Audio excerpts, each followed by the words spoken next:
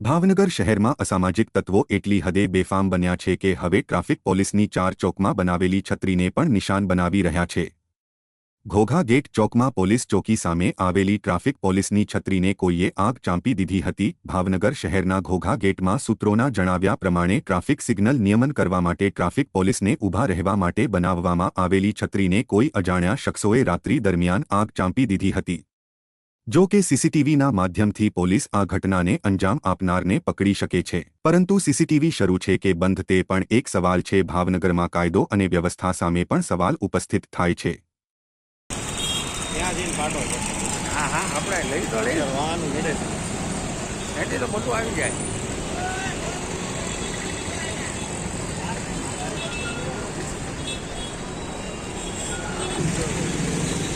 આપણું ધાન હોવું જોઈએ ને, આપણને કાંઈ ખબર જ નથી। જો જઈએ ત્યાં